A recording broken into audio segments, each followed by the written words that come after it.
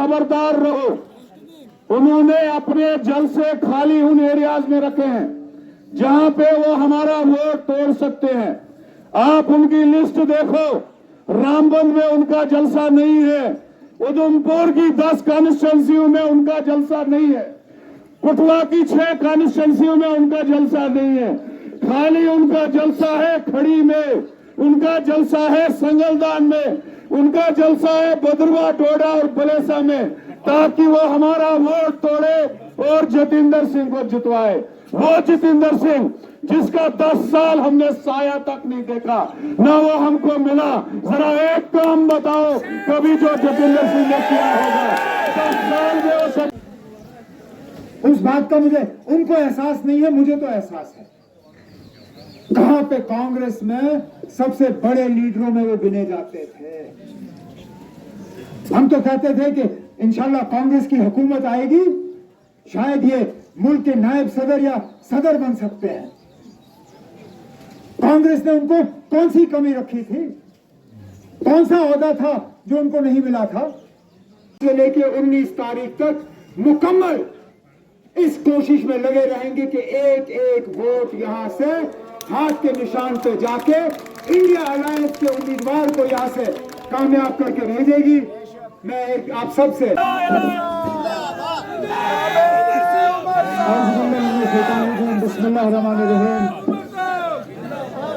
जम्मू कश्मीर प्रदेश Congress committee के सदर जनाब वकार रसूल साहब, मेरे साथ नेशनल कॉन्फ्रेंस में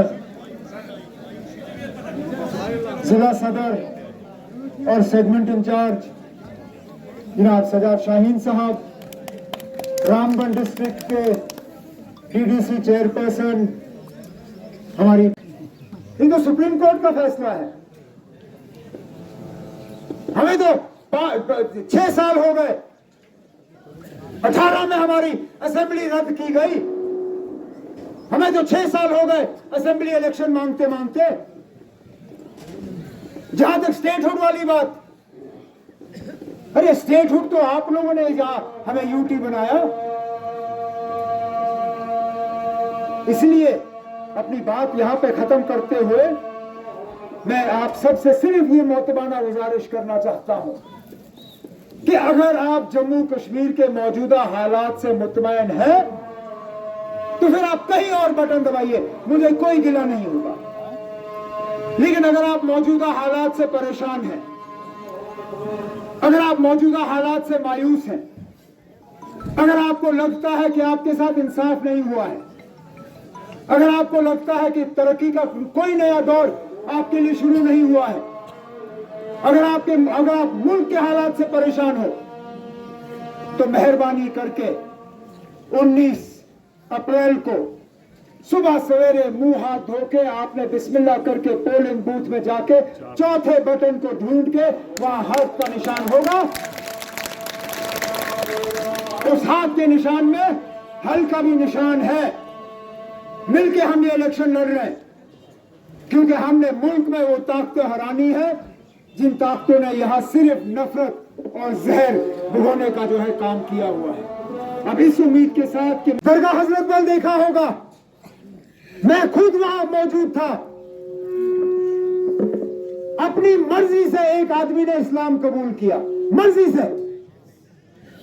मैं बैठा था वहां पे, इमाम साहब ने एक बार नहीं 4 बार उससे पूछा, क्या आप अपनी मर्जी से इस्लाम कबूल कर रहे हो?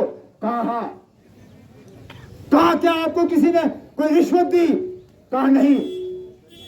कहा किसी ने आपको डराया धमकाया? कहा नहीं। कहा किसी ने आपको कोई लालच दी? कहा नहीं। पूछा क्या आप दिल से कबूल कर रहे हो? कहा जनाब मैं दिल से इस्लाम कबूल कर रहा हूं। कहा ठीक है। फिर किलमा पढ़वाया, उसको मोहम्मद फारूक का नाम दिया और वो मुसलमान बना। बीजेपी को ये बात पसंद नहीं आई। क्या किया इमाम साहब को? दूसरे दिन उठा के उसको कहीं और पहुंचाया। ईद की नमाज वहां इमामत करने की उसको इजाजत नहीं दी। और फिर ये कहते हैं कि यहां से बीजेपी जीतनी चाहिए। इस बीजेपी ने जम्मू कश्मीर के लिए किया क्या? कौन सा नया प्रोजेक्ट यहां आया? जिस हाईवे 4 लेने की ये बात करते हैं, ये तो डॉक्टर मनमोहन सिंह साहब की देन। जिस रेलवे के जरिए गूल संगलदान से आप लोग बानिहाल आते हो इस प्रोग्राम में हिस्सा लेने के लिए, यहां से श्रीनगर जाते हो, उस रेल की संग बुनियाद कांग्रेस के उस वक्त के वजीर आजम इंदिरा गांधी साहिबा ने इस रेल प्रोजेक्ट का संग बुनियाद रखा। नए जिले, ब्लॉक, तहसील, नियाबत, ये क्या इनकी मेहरबानी थी? अरे ना, किस नौजवान को इन दिनों में रोजगार का ऑर्डर मिला? कौन सा नया अस्पताल बना? कौन सा नया स्कूल खुला? कौन सा नया स्कूल या कॉलेज अपग्रेड हुआ? कहीं पे भी नहीं। कोई कारखाना नहीं आया। फिर वजीर आजम साहब कहते हैं कि यहां इलेक्शन होंगे। उस बात का मुझे, उनको एहसास नहीं है, मुझे तो एहसास है। कहां पे कांग्रेस में सबसे बड़े लीडरों में वो गिने जाते थे। हम तो कहते थे कि इंशाल्लाह कांग्रेस की हुकूमत आएगी, शायद ये मुल्क के नायब सदर या सदर बन सकते हैं। कांग्रेस ने उनको कौन सी कमी रखी थी? कौन सा ओहदा था जो उनको नहीं मिला था?